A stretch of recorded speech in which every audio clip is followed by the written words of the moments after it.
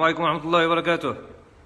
خطباء ديالنا حفظكم الله ورعاكم، المرشدين والمقيمين الدينيين، هو أخوكم أحمد أجندوس خطيب مسجد المنبر اللي خطب الخطبة يوم الجمعة الفائتة.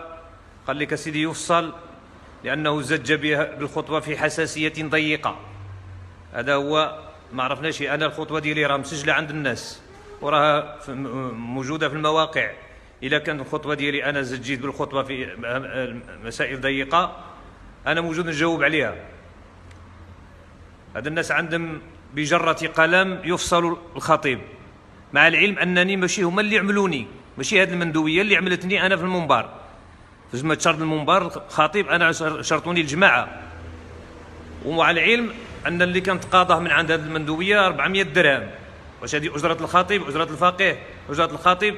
حتى تفصلوا بجرة قلم هاد المندوبين وهاد الناس زعما ما شاء الله عليهم، ما شاء الله. جزاكم الله خيرا. والله يحصل لي الشرف أنني وقفت وقفة خطيب حر طليق، ولست عبدا لأحد، وإن كان كيفما كان حاله، فإنما وقفت لله رب العالمين. وغدا يوم القيامة سأقف بين يدي الله عز وجل أنا والمندوب وكل من فصلني. غدا يوم القيامة نقف بين يدي رب العزة ونقول له: يا ربي، هذا الذي منعني أن أبلغ دينك، هذا الذي منعني أن أخطب وأن أبين للناس وللمسلمين شريعتهم ودينهم. ألا هل بلغت؟ ألا هل بلغت؟ ألا هل بلغت؟ فليشهد التاريخ وتشهدوا أنتم. السلام عليكم ورحمة الله وبركاته.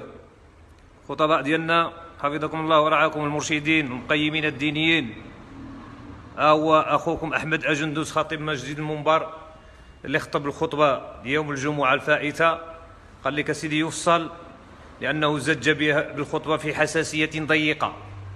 هذا هو، ما عرفناش. أنا الخطبة ديالي راه مسجلة عند الناس وراها موجودة في المواقع.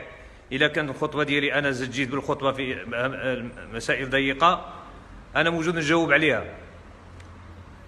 هذا الناس عندهم بجرة قلم يفصل الخطيب، مع العلم أنني ماشي هما اللي عملوني، ماشي هذه المندوبية اللي عملتني أنا في المنبر.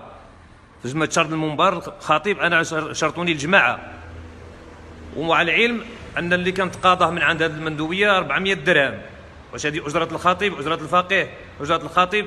حتى تفصلوا بجرة قلم هاد المندوبين وهاد الناس زعما ما شاء الله عليهم، ما شاء الله. جزاكم الله خيرا. والله يحصل لي الشرف أنني وقفت وقفة خطيب حر طليق، ولست عبدا لأحد، وإن كان كيفما كان حاله، فإنما وقفت لله رب العالمين. وغدا يوم القيامة سأقف بين يدي الله عز وجل أنا والمندوب وكل من فصلني. غدا يوم القيامة نقف بين يدي رب العزة ونقول له: يا ربي، هذا الذي منعني أن أبلغ دينك، هذا الذي منعني أن أخطب وأن أبين للناس وللمسلمين شريعتهم ودينهم. ألا هل بلغت؟ ألا هل بلغت؟ ألا هل بلغت؟ فليشهد التاريخ وتشهدوا أنتم.